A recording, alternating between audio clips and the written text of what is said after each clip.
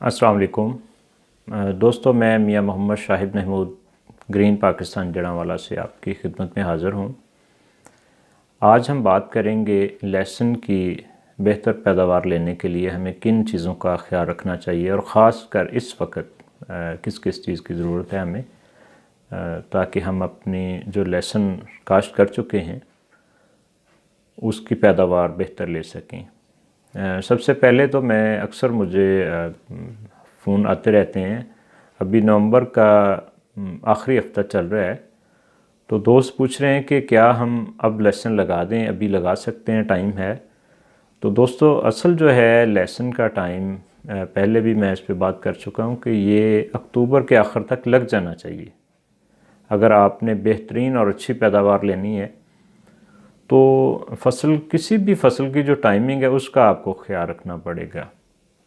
अगर आप कहते हैं कि नहीं जी, हम तो 4 बोरी डीएपी डाल के और हम 6 बैग यूरिया के डाल देंगे तो इस तरह से बहुत अच्छी पैदावार ले लेंगे, ये कोई मतलब एक कह लें कि अच्छा फ़ैसला नहीं होता। हर फसल का एक बजाई का टाइम होता है, और अगर टाइमली आप उस फसल को लगाते हैं तो फिर थोड़े ख़र्च में ज़्यादा पैदावार ले सकते हैं। तो इस बात का आपने ख्याल रखना है। और फिर अगर आप, कुछ दोस्त कहते हैं कि जी हम टनल में लगा लें थोड़ा बहुत ताकि अगले साल के लिए बीज हो जाए, तो अब रहने दें, अब ना लगाएं। तो जब फसल आएगी ना, तो उसके शुरू में बहुत रेट नॉर्मल होता है। आप उस वक़्त किसी भी अच्छी क्वालिटी का बीज किसी भी अच्छे फार्मर से लेके, मतलब जिसने कोई अच्छा बीज लगाया हुआ, आप देख लें जो आपको चाहिए, गुलाबी लेना है, सफ़ेद लेना है, तो वो आप लेके उसको स्टोर कर लें। कुछ थोड़ा ज़्यादा ले लें, मिसाल के तौर पे आपको 8 मन चाहिए, 1 एकड़ लगाना है, तो आप 2-4 मन एक्स्ट्रा ले लें, क्योंकि उसमें से कुछ ज़ाया भी हो जाएगा। तो वो आपको सस्ता सा बीज जो है अगले साल के लिए जब आपने फसल लगानी है तो मिल जाएगा। पहली तो ये बात थी। और दूसरे नंबर पे अब जो है हमें जो लहसुन लग चुके हैं, तकरीबन 2-2 पानी भी लग चुके हैं, तो उसको क्या अब उसका तरीक़ाकार हमने करना है। तो एक तो ये है कि हमने खादों की जो डोज़ रहती है, नॉर्मली हम नीचे 2-2 बैग नाइट्रोफास के या 1 से 2 बैग हम डीएपी डाल चुके हैं। तो अब जो है हमने बाकी खादें हैं, इनको कोशिश करें कि मतलब 1 बैग पूरा ना लगाएं एकड़ में। आप हाफ बैग करके उसकी किस्तें बना के 4 बना लें, 3 बना लें, तो वो जो है हमने जनवरी तक उसको कंप्लीट करना है। तो इस हिसाब से चलना है, ताकि आगे जब उसकी पोथियाँ बन रही हों तो हमने उस वक्त तक खादें कंप्लीट कर देनी है। और फिर अक्सर दोस्तों का एक सवाल होता है कि जी हम टोटली जो है जड़ी बूटियों का कंट्रोल वो वीडिसाइड से ही कर लें, तो क्या ये ठीक रहेगा? तो मैं समझता हूँ, जो मेरा एक्सपीरियंस है लहसुन के हवाले से, कि इसमें जो है कम से कम जो 2 गोडियाँ हैं वो लाजमी है। पहला महीना आप ड्यूल गोल्ड वगैरह आपने इस्तेमाल की हुई है तो वो 1 माह चल जाएगा, तो ठीक है, वो शुरू में आपको ज़रूरत नहीं पड़ेगी गोडी की। तो जब आपने दूसरा पानी लगाने के बाद बत्तर आ जानी है आपकी ज़मीन, तो उसको हमने गोडी लाजमी करवानी है। बेशक आपको थोड़ा महंगी लगेगी, लेकिन चूँकि इसमें लहसुन में नरम ज़मीन का होना बहुत ज़रूरी है, तो कोशिश करें कि जो है 2 गोडियाँ जो हैं वो लाजमी हों इसमें। सिर्फ़ अगर आप उसके ऊपर वीडिसाइड के ऊपर जाएंगे तो हमें वो प्रोडक्शन जो हम चाह रहे हैं और जो साइज़ हमने एक्सपोर्ट के हवाले से हम कह रहे हैं कि अच्छा साइज़ और अच्छी उसकी ग्रोथ हो, वो हमें नहीं मिल सकेगी। तो इस चीज़ का ख्याल रखना है। फिर एक और भी चीज़ है कि मैंने देखा कुछ जगहों पे, 1-2 जगहों पे ये मसला आया है कि जिसमें फंगस, वाइट रॉट नज़र आ रही है, तो उसका कंट्रोल जो है वो किस तरह से मुमकिन होगा।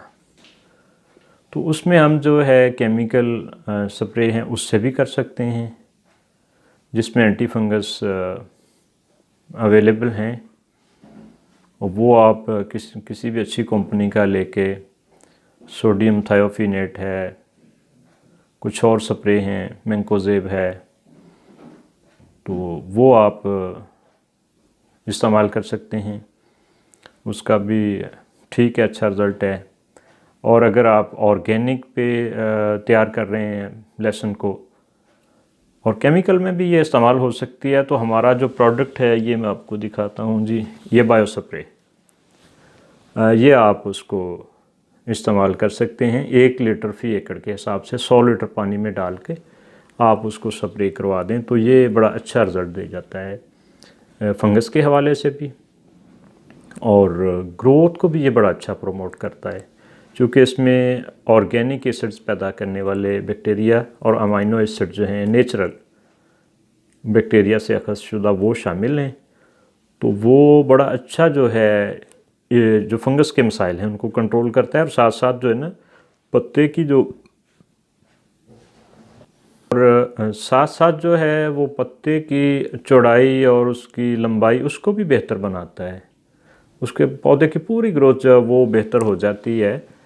तो इसको इस्तेमाल करने का एक फ़ायदा ये भी है, और साथ साथ जो फंगस की बीमारियां हैं वो भी बड़े अच्छे तरीके से कंट्रोल रहती हैं।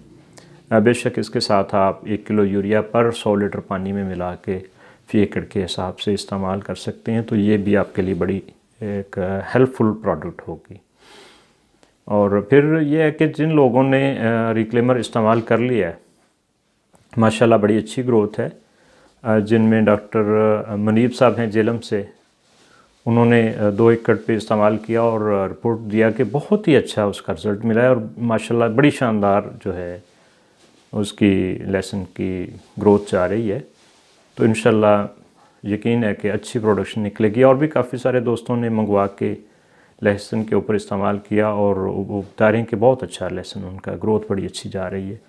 तो बाकी जो दोस्त नहीं डाल सके, तो अब भी वक्त है, वो ये रिक्लेमर जो हमारी प्रोडक्ट है आप देख रहे हैं, ये 5 लीटर वाली कैन, तो वो उसको 10 लीटर फ़ी एकड़ के हिसाब से मतलब डाल सकते हैं। उसका टाइम यह है कि आप पोथियाँ बनने से पहले पहले किसी भी टाइम पे यूज़ कर लें, इंशाल्लाह अच्छा रिज़ल्ट मिलेगा। और जितना अर्ली डालेंगे उतना ज़्यादा अच्छा, चूँकि टाइम मिल जाएगा उसको काम करने का, तो उतना ही ज़्यादा अच्छा आपको रिज़ल्ट मिल जाएगा। तो गोडियों का जो है ना वो आपने ख़ास ख्याल रखना है। बाकी इस पर कोई और ज़्यादा बीमारी नहीं आती लहसुन पे।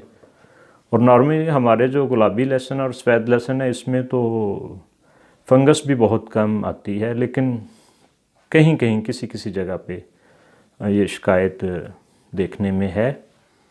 तो उस चीज़ को आप कंट्रोल कर सकते हैं बायो स्प्रे से या किसी भी केमिकल एंटी फंगस स्प्रे से। और इसमें लहसुन में आपने पानी का भी ख़ास ख्याल रखना है, ना तो बहुत ज़्यादा पानी देना है कि हर हफ्ते ही पानी लगाते जाएं। बस आपने वत्तर चेक करके देख के थोड़ा सा उसमें लहसुन में चलेंगे तो फिर वो आपको अंदाज़ा हो जाता है कि अब ज़मीन जो है वो पानी मांग रही है, तो फिर आपने पानी लगाना है उस हिसाब से।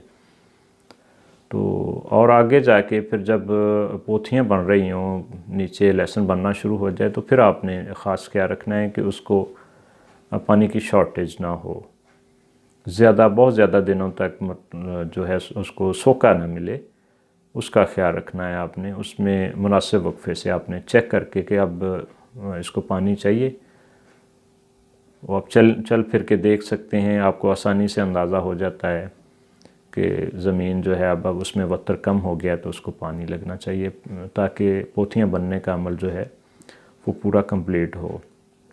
और पोटाश के इस्तेमाल के बारे में मैं पहले भी एक वीडियो में बताया था कि अगर तो आपने शुरू में डाल ली है बजाई से पहले, तो दैट इज़ बहुत अच्छा हो गया है। अगर आप नहीं डाल सके तो आप जो है वाटर सॉल्युबल पोटाश जब पोथियाँ बनना शुरू हो जाएं उससे पहले पहले आप उसको डाल दें। बेशक वाटर सॉल्युबल पोटाश बाज़ार में मिल जाती है 25 kg, उसका एक बैग फ्लड कर दें। और साथ अगर आप सल्फ़र इस्तेमाल करना चाहते हैं 2 kg, तो वो भी आप इस्तेमाल कर सकते हैं। किसी पानी के साथ वो फ्लड कर दें। तो इससे इंशाल्लाह आपको जो है, अगर आप इन बातों का ख्याल रखेंगे तो मुझे यकीन है कि आपको बहुत अच्छी प्रोडक्शन मिल जाएगी। ख़ासकर जो लोग जिन्होंने रिक्लेमर और बायो का इस्तेमाल कर लिया, तो इंशाल्लाह मुझे यकीन है कि कम से कम जो है वो 15 से 20 मन एक्स्ट्रा पैदावार फ़ी एकड़ के हिसाब से लेंगे। अल्लाह ताला आपका हामी और नासिर हो। किसी और मौजू पे इंशाल्लाह फिर मिलेंगे। अल्लाह हाफिज़।